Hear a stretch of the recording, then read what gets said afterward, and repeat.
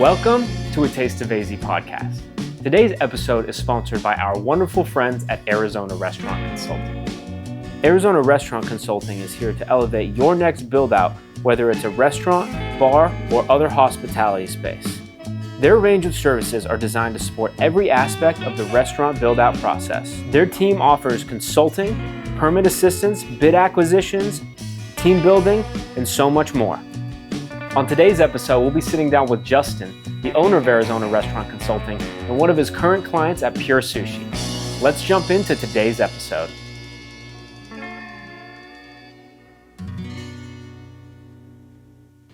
Well, hello, gentlemen. Thank you so much for joining us today. Today is part 2 of our series brought to you by Arizona Restaurant Consulting. Justin, thank you for that.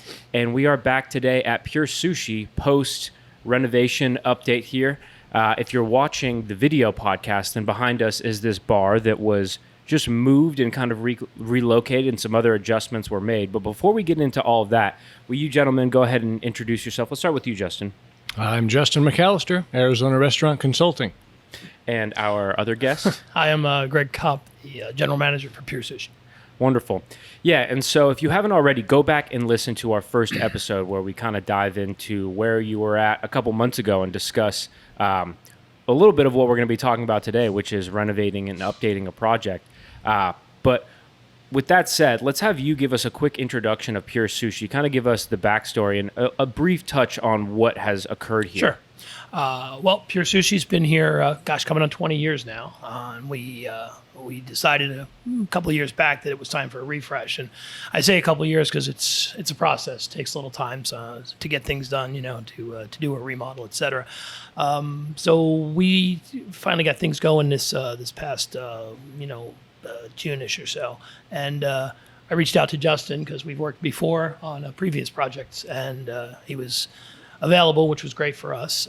We decided basically our issue was the bar seating for our restaurant is extremely popular, and our previous bar had only 9 seats, which caused a little bit of a backlog at times. So our ambition, of course, was to expand the bar seating and just kind of freshen up the look and change the way things looked out in general. As I said, 20 years, you kind of want to give people a different look after a while. So that's what we undertook to do. We used David Ross Design Consultants as our architect, and thank you. And Justin came in for the equipment, et cetera. Our contractor we hired through a different referral, and wish he was here today. It's almost here. And basically all came together to create the vision that we were looking for. To be honest with you, originally our thought process was to take the original bar and remove the wall behind it and create an indoor-outdoor bar, but that was a little untenable because of the architecture of the building, and the landlord was a little leery about that. So we switched gears, and we decided to bring it over on this side. This room that we're currently sitting in was separate from the main dining area, as it was a different suite originally. We'd been operating in it, though, for the last 17 years. So we just took down half the wall behind me here and created the bar in a U-bar, if you will, a horseshoe, and basically expanded the capacity from 9 seats to 23. Nice. We changed the look and the footprint of the main dining room in this area as well, although the seating capacity remains almost exactly the same as it was before, but we created a lot more space between seatings, and we created a few more booths and a little bit better feel for the flow of the restaurant. It's not quite as cramped as it was before. Wonderful. Yeah, and we'll dig into that a little bit more, of course, during today's conversation. But before that, Justin, kind of give me a breakdown of what Arizona Restaurant Consulting is, a brief synopsis, and kind of how your skills played into this project on a high level. Sure. We basically consider ourselves the hub of the wheel. So if you have need for a contractor, an architect, if you have need for a plumber, electrician, we've got those contacts. Not to mention the fact that we do the design and the equipment sale portion of the project, as well as the install. So try to handle everything from soup to nuts. Awesome. And what specifically was your role in this project here? So Greg hired me to be essentially a food service consultant to take his vision of what this bar needed to be and actually make it practical and put it into the application portion of the project. So is it functional? how does it work? What does he have in mind for what's functional for him versus what I think is functional? And what does the health department require? How do we get it within their regulations? And we were able to do that after a few back and forths. If I may, can I jump in? Absolutely. Justin, a big part of his job too is, and it's extreme help, is to keep an operator like myself grounded, because he'll come in and say, all right, let's do this. We'll blow this. We'll make, hold on. Yeah. Can't do that, but you can do that. So it's extremely helpful to have him to kind of, show me, all right, well, this will work, but you can't do it like this because of such a reason, et cetera, and stuff. Not being an expert necessarily in the equipment and the zoning, or not the zoning rather, but the health department regulations, et cetera. And the engineering behind all that. Sometimes it requires somebody who has a bit more depth of knowledge to do that. And along those lines, his company extremely helpful as well, getting through the bureaucracy, because there are things to jump through with in terms of the health department, mostly a lot of forms to fill out, a lot of inspections to schedule and stuff. So in conjunction with our general contractor, Justin worked along with him to make sure that those people got their stuff that they needed in a timely fashion to move the project along, because you forget a I or a T or us and you start all over again. So it's kind of tough. Yeah. Yeah, I mean, it's not only incredibly valuable knowledge just in terms of making the project happen, but like you're saying, being able to do it in a way that they're not going to come in and make you scrap everything that you've done and redo it. I'm sure that's happened to countless people before. I'm curious, how different is this project than your typical work, Justin? Obviously, this was just a bar remodel. There was no full-fledged kitchen going along with it, so much smaller scale project. And the health department was very helpful throughout the process. Katie was our inspector, and she did a fantastic job. Nice. Just giving us a heads up. She called for a couple of things we didn't expect, costing a little extra money. Little extra money, I say, all right? A couple $1,000 extra, but in the end, being here for those inspections with her and the contractor, it was good. It was just kind of created a buffer. Because her and I go back quite a ways. We've done projects over the last number of years, probably half a dozen projects together in the Scottsdale area. Vito's Restaurante down here off of Pima, we did a while back. Focus on the Family up north. So her and I had gone back quite a ways, and it was very beneficial to have that relationship. Absolutely. And I appreciate the health department and what they do, keeping people safe and whatnot, but I'm sure from your perspective, it brings a little, maybe anxiety is not the exact word, but when they come in, there's probably a little bit of stress around that. Would you describe it like that?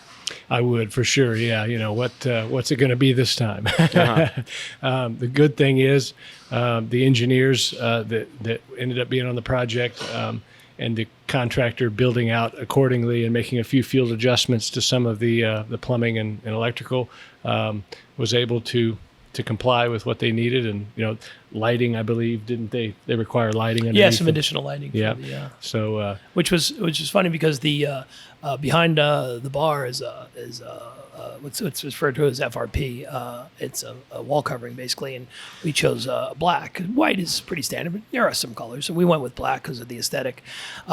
Which I didn't know wasn't easy to inspect. So now we wanted to do some lighting for the back, which I had never okay, but we turned that into a positive too, because the lighting is going to be able to change colors and stuff too. So we'll actually be able to use the lighting, to create a mood for Nice. different colors on the lemons to lemonade, so to speak. Yeah, I think it's interesting because with our festival, health department comes out and checks things out, and that's just on the smallest little scale, whereas something like this is a totally different fix. I believe it's a totally different level of scrutiny. I don't work for the health department, so I don't know exactly, but they describe what that process basically looks like and some of the things that they're looking out for that maybe the average person who comes and dines at a restaurant like this doesn't really understand goes into it. That's a loaded question. How do I answer that on the fly? What do you think? Go ahead.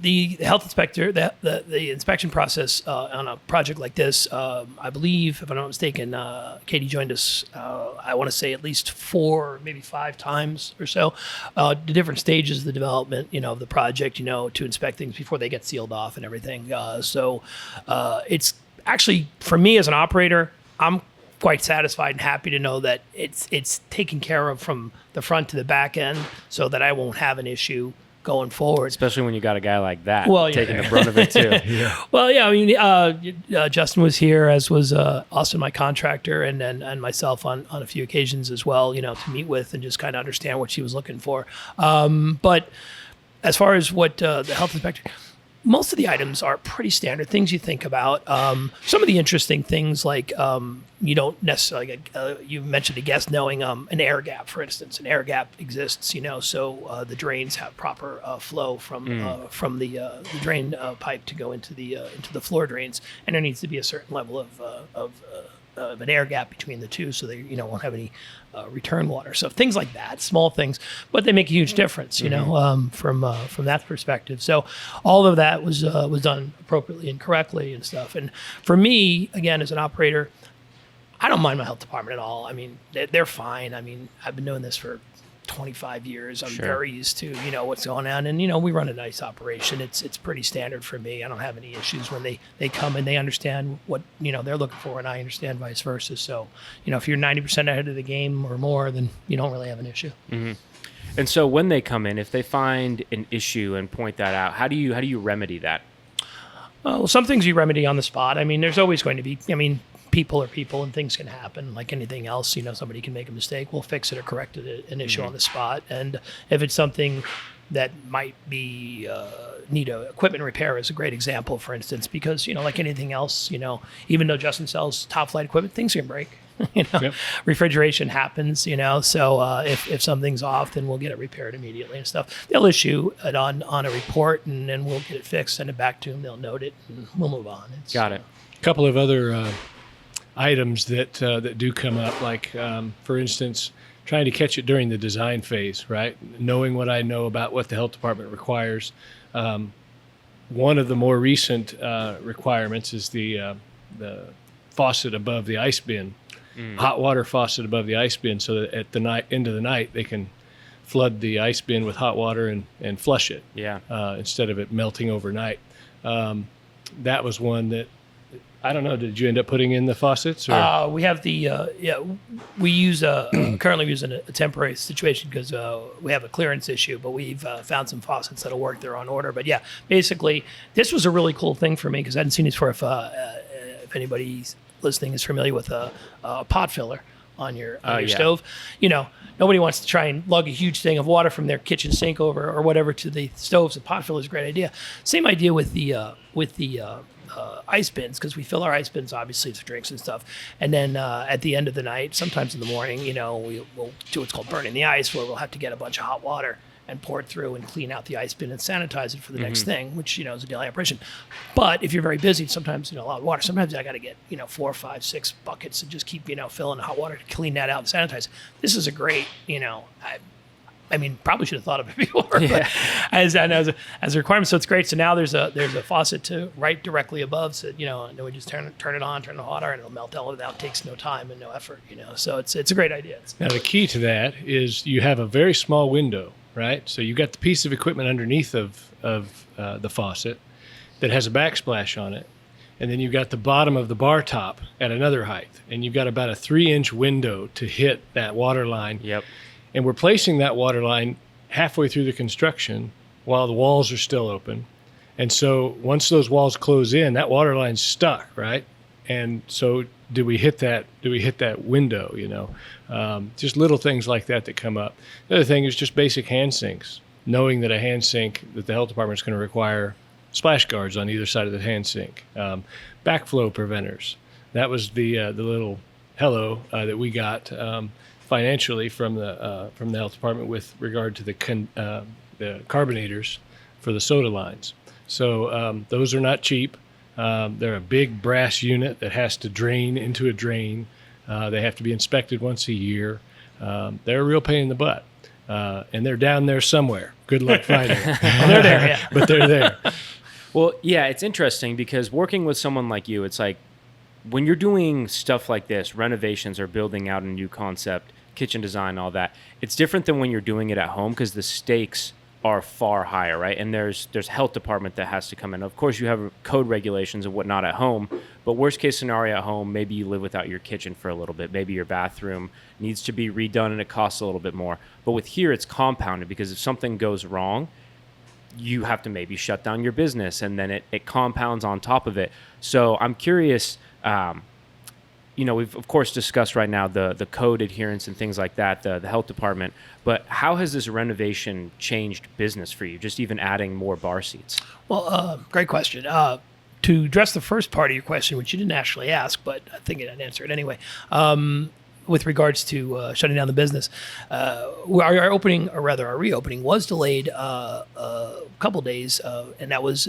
actually due to a fire inspection. And it was interesting because basically what happened was one of the units during fire inspection went on and off twice, and he didn't like that. Okay. So we wound up replacing, all of the emergency lighting in the because we were going to replace once, we might as well just do them all. So we did, but it took a couple more days to do so. So it would stretch this out in an extra couple of days, but worth the time. It was just, but those things happen, and it was just unexpected.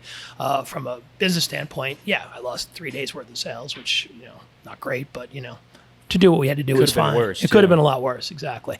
Now, as far as business goes, it's been great. Nice. We've been open now for, a little, 2.5 weeks, I guess.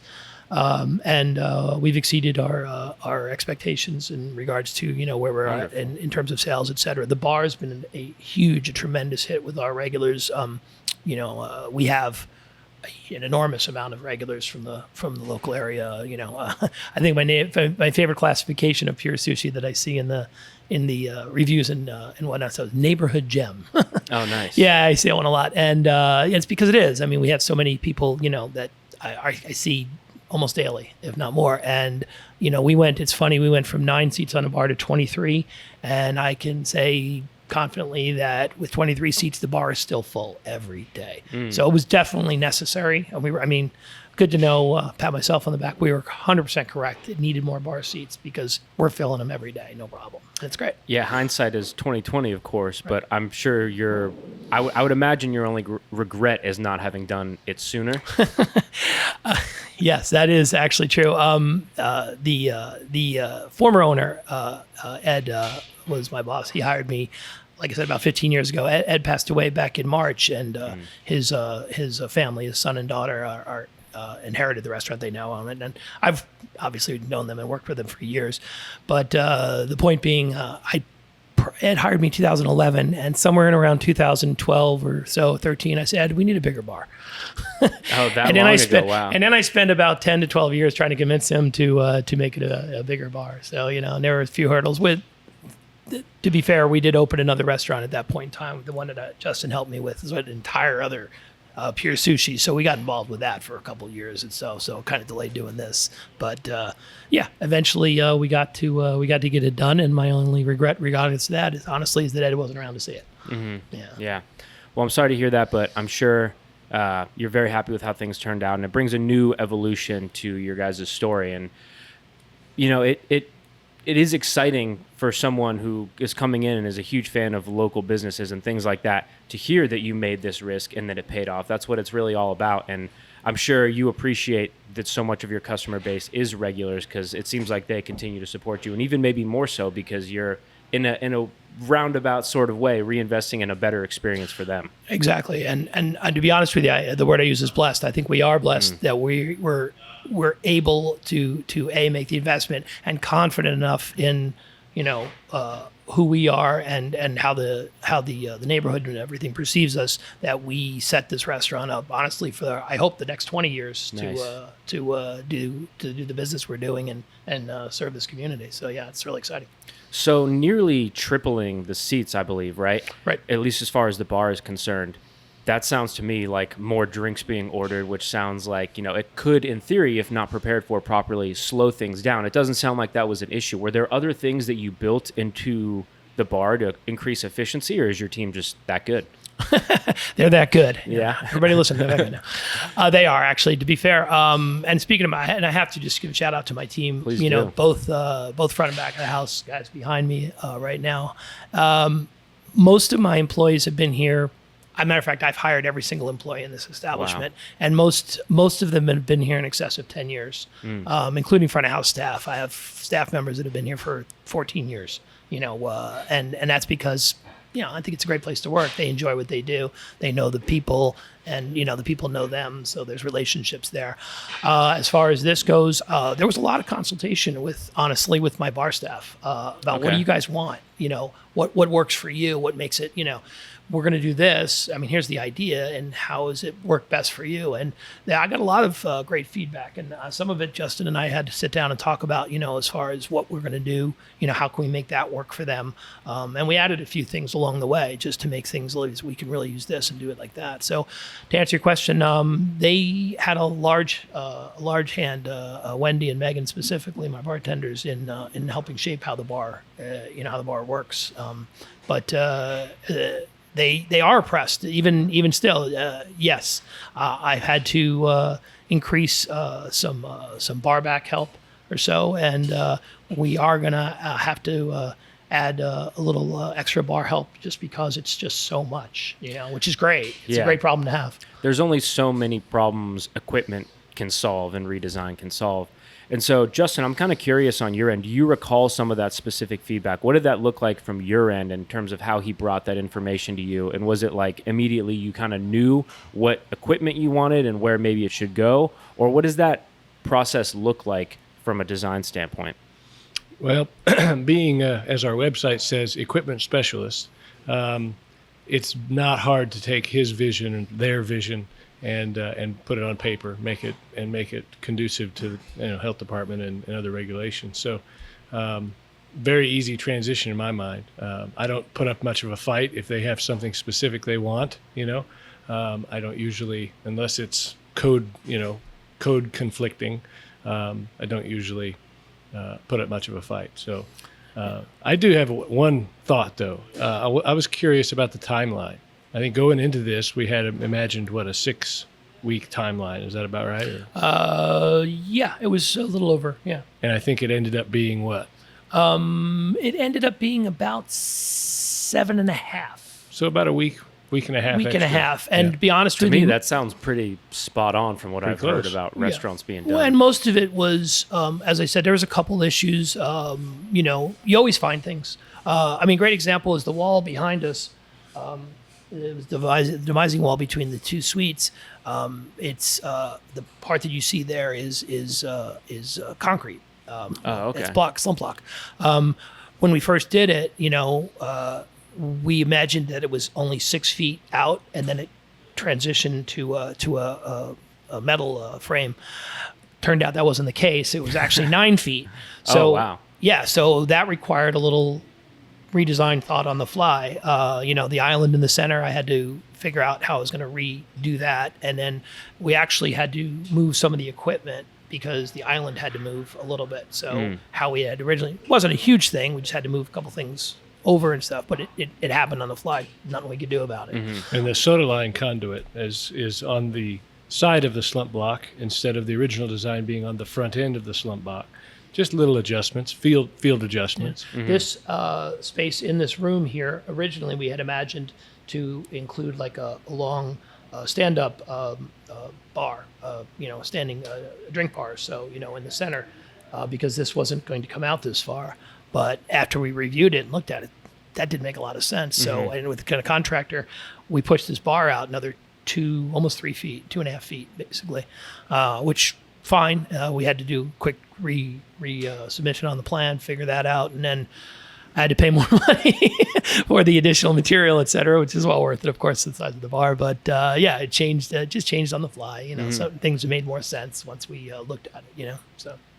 Yeah, well, you being the one running this place, I don't know if you're specifically doing payroll, but there's probably a million different things that you're dealing with on a daily basis. And so how beneficial is it for you to have someone that he's cool as a cucumber about, it was just a few things. I knew what equipment, but he's got decades of experience, I would imagine, doing all this to become an equipment specialist. What is that like for you to be able to kind of just say, here's what I need, and then you can take your hands off? Yeah, that's it's the world. I mean, it's so much easier, and that's why I called Justin immediately when we finally got the green light to move ahead on the project. Because, as I said, we've worked together before, and I know what he can bring to the table, so it was great.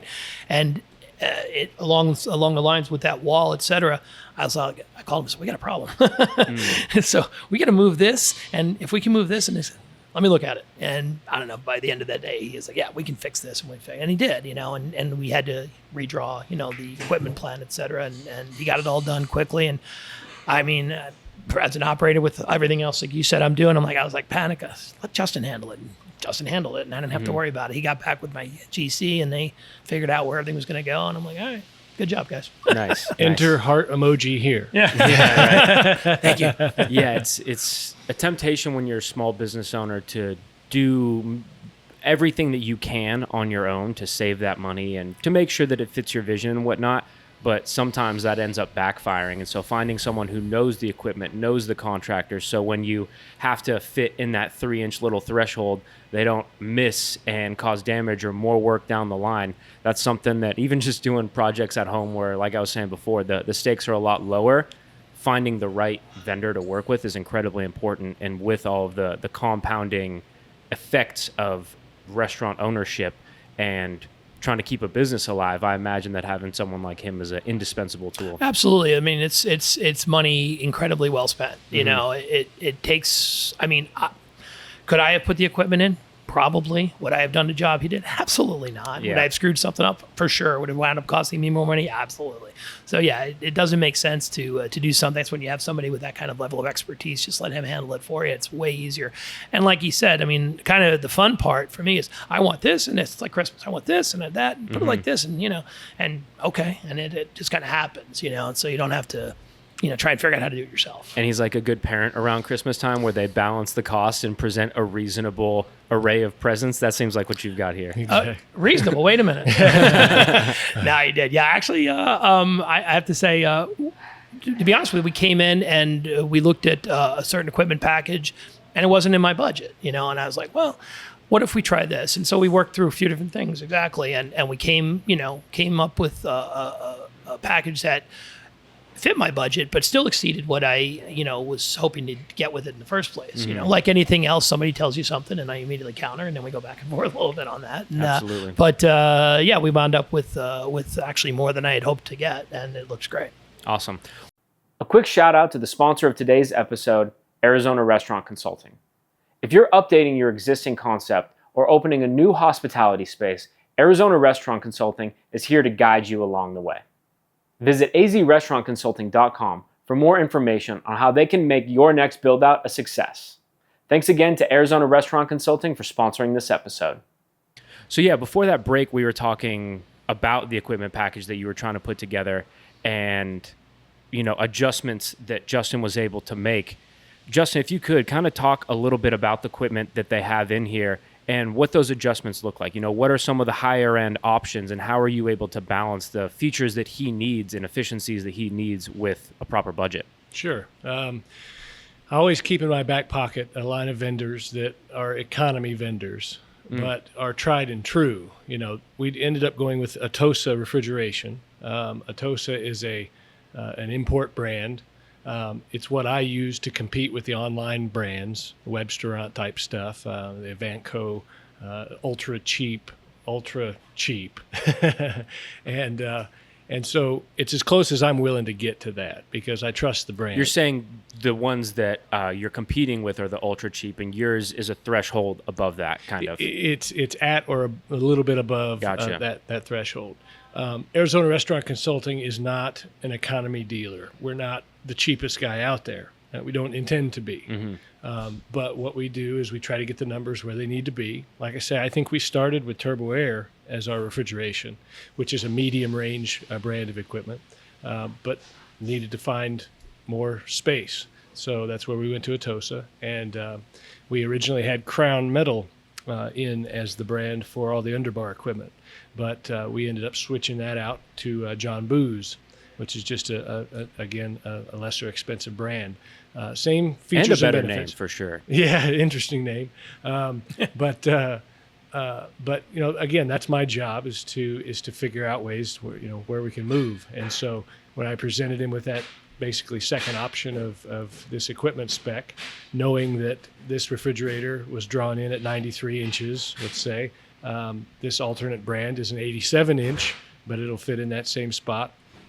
Still has a 4-tap, 6-tap beer dispenser, that type of thing. So, again, equipment specialty, knowing what those options are.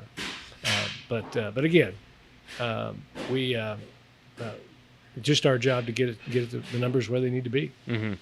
Yeah, well, and that's something that's interesting because, like you mentioned, you're not the most inexpensive person that you could go with. But the idea being, it's almost like the Goldilocks zone, right? There's more expensive vendors that maybe you don't get maximum value. There's cheaper vendors that you think you're going to get value, and then it kind of bites you in the ass later on. Yep. It's just interesting to me, and I've made that shift over the years. Now that I suppose I can afford to a little bit when it comes to personal decisions of going and finding someone who can walk me through those things, whether it's getting my car serviced and not doing things on my own and then messing it up. And, I try and bleed the brakes or something and then drive into a wall. Yeah. That is a metaphor, I suppose, for what could go wrong if you go with the wrong vendor for certain types of things. I'm sure there's countless horror stories out there. But I'm curious for you, is there a specific piece of equipment back here that you or your bartenders or anyone on your team has enjoyed more than they thought they would? Actually hit on it, the cooler, the keg cooler. Okay. Right behind us, you can see the taps there. Prior to this in our old bar, originally when we had Pure Sushi, when I first got here, there was no draft beer. It wasn't something that we did. Oh, really? And minor modifications over the course of years led me to a kegerator. We all know what those are, which was behind the old bar, which gave me a couple 3 taps with just the slim kegs, which are more expensive to purchase than a full half barrel like people think of as a keg. And, you got to change them out more, et cetera. So a little bit more work involved now. So now with these, I can use full-size kegs. Oh, nice. Which is great. And I don't have to change them out as much. I get a better cost per ounce per pour. And I get way more storage under there for glassware and everything. It's just, everything about it is just better than it was before. So, yeah, we're really happy with how that turned out. So. And those efficiencies really, really add up over time. Oh, absolutely, yeah. They're going to make a huge difference, in our costs, et cetera. With what you were asking Justin earlier, what he was saying too, part of the reason that works is, again, a relationship, because when we, like you said, the first thing was a little high on my budget and stuff. So, well, what can we work on? So when he brought me the second one, and we discussed the vendors and stuff, that works too, because I know him and I know his company and I trust what he's saying. Yeah. I know, and he knows, I mean, like he pointed out, there are other, I could have gone somebody, could I have done it cheaper? Yeah. Probably not to my benefit long term. So there's a threshold, like he was saying, you won't go below, and I won't go either. So I trusted where we wound up. I'm glad it fit in. And honestly, if it had been higher, then I would have done it, because again, it's you want to get the bang for your buck, like you say, but you want to have longevity, and you want to have trust that everything's going to work the way it should forever, because if you go too cheap, as they say, you're going to get what you pay for. So it worked out well. And the internet fellows, they don't come out during construction and make sure the water lines are where they're supposed to be. No, they They don't. don't make sure that the drains are where they're supposed to be. So there's an involvement here that kind of offsets the cost, if you will, because we don't charge anything for that service. It's if you buy the equipment, then we involve ourselves in the construction. And the installation is huge on that. I mean, we had two of Justin's guys in here for an entire, well, not quite an entire day, pretty much, to bring in the equipment, double check everything, make sure it was all correct, install it appropriately, make sure everything was right, and worked with the contractor at the time, and the electricians, as it turned out, too. And, a couple minor hiccups to fix along the way, like you always get. But really comforting to know I had these guys here to take care of that from, soup to nuts. And like you said, you don't get that necessarily, from other companies. Yeah, absolutely. And it's like, you as a restaurant owner, you could read 100 books and read them 100 times, and you still wouldn't have the iterative experience of actually installing things and knowing which brands, they could have an exact same spec sheet, but when they show up, they could have totally different feels, totally different qualities, even in the same price range and kind of in the same category. And you've gone through that so many times that you know which ones to avoid and which ones you want to lean into. It sounds like you've done this before. No, I just, I got a pair of snowboard boots the other day. And anytime I've ever gotten snowboard boots, I've gotten ones that are too big, or I got them off Facebook Marketplace and things like that. And it's a silly analogy to make, but it's got to be the best fit humanly possible, or it's going to cause pain points down the line. And just being a business owner myself, I know that when you're investing heavily in something, there is an emotional component to it, and being able to shed that, because you can just say, this is what I need, and he has to figure it out. And if an issue does arise, you can trust that he's going to fix it. That is almost worth its weight in gold, to be able to go home at night and kind of shut off just that little bit more. Yes, I did not worry about how the equipment was going to fit and whether it was going to work or not, because I knew that was taken care of. So yeah, it was easier. There was a lot of other things to worry about. Absolutely. Well, of course, you've been the star of the show today, but Justin, I'm curious, are there any other projects you can discuss, or things that you have going on that you're excited about, or any news at Arizona Restaurant Consulting? Well, I appreciate that. How much time you got? We've got enough. Yeah, as I was mentioning a little bit earlier, we have a project in California next week that we're delivering the equipment, installing on a 4th-story rooftop bar. Wow. Kitchen. So it's literally, there's a walk-in up there. There's a hood system up there that we installed a few months ago. It's a Spring Hill Suites is the name of it, but we designed it probably 2 years ago with an architect. Okay. And it's just taken that long for this thing to, I mean, it's a 150 room hotel, so it's not, but I mean, I think you can, from the rooftop, we were up there with the equipment, you could see the ocean from the location. Oh, wow. So so we're excited about that. The install guys are going to be challenged. It's going to be a couple of intense days for them. I don't envy them for that.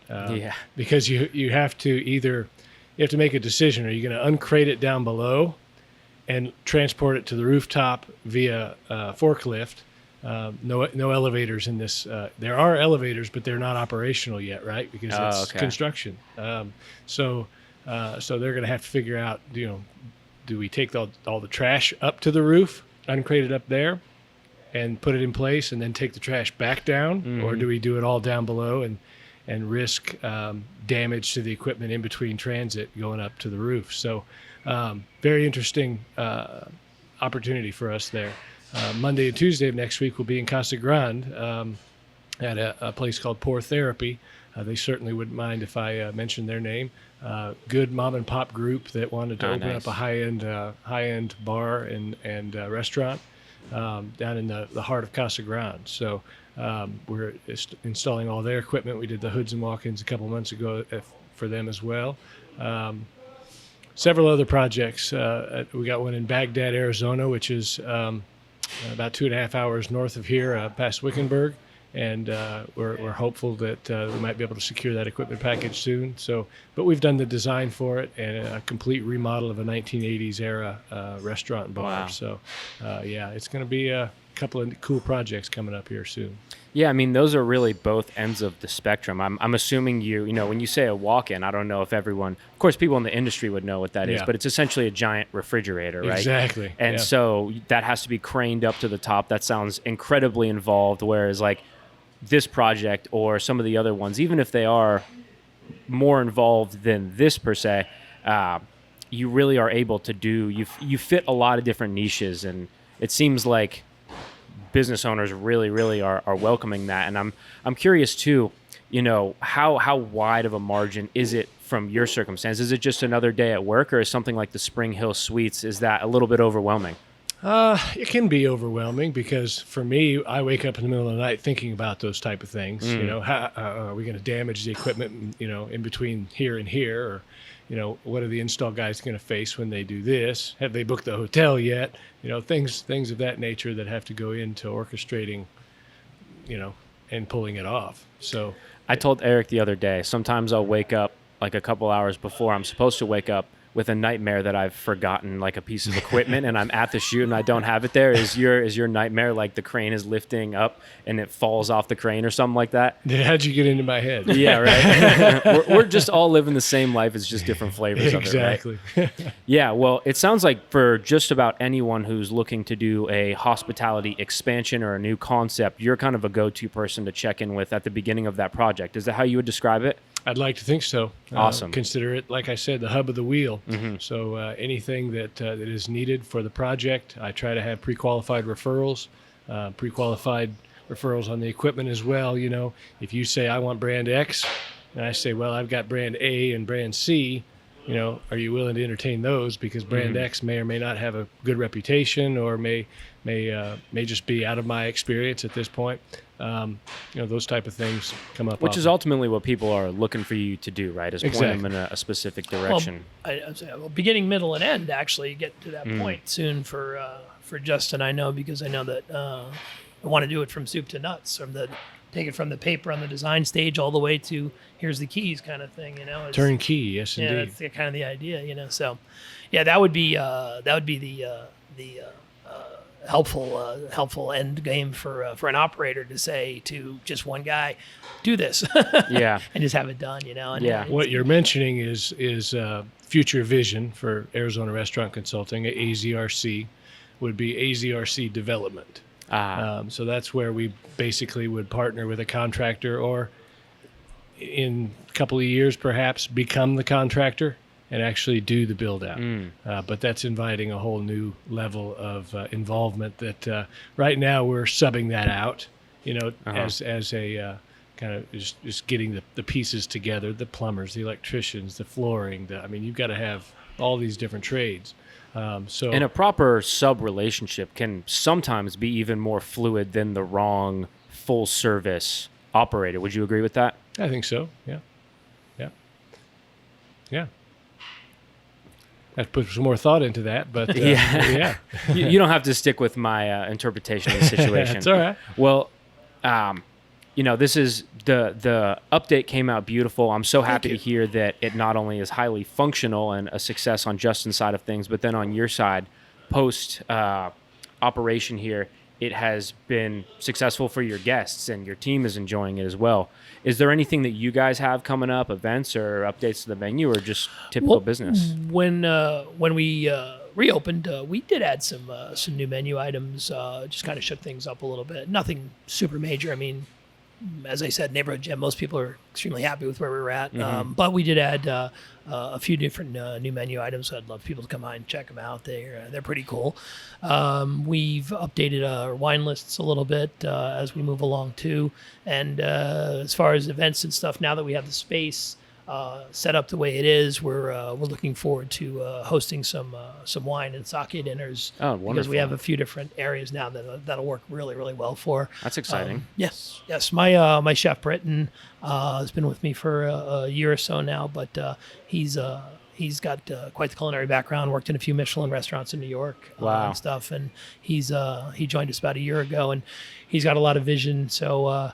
I've started to give him a little bit of lead, and we're going to see some interesting things happen over the next several months as we move into our season, et cetera. And then when we hit Thanksgiving, we'll do our annual gift card promotion, which if most people know, you buy 100 get 20 free, and it's always been extremely popular. I started that about 10 years ago, and it just gets crazy. People want gift cards. Nice. So that's always fun. So we do that as we move to the holidays, and then once we hit the new year, it's the height of our season, and we'll just be rolling into the Phoenix Open, obviously, and the car shows, et cetera, and stuff. So yeah, it's usually pretty hopping around here all the way through May. So. Yeah, I live not too far away, so for you, I'm sure you're excited for those events to come. For me, the traffic gets a little more hectic. There's crazy people walking up and down Frank Lloyd, right? And you're like, I don't think you realize how far of a walk you've left yourself parking where you're at. You're a mile and a half away. At least it's nice out that time of year, right? That's true.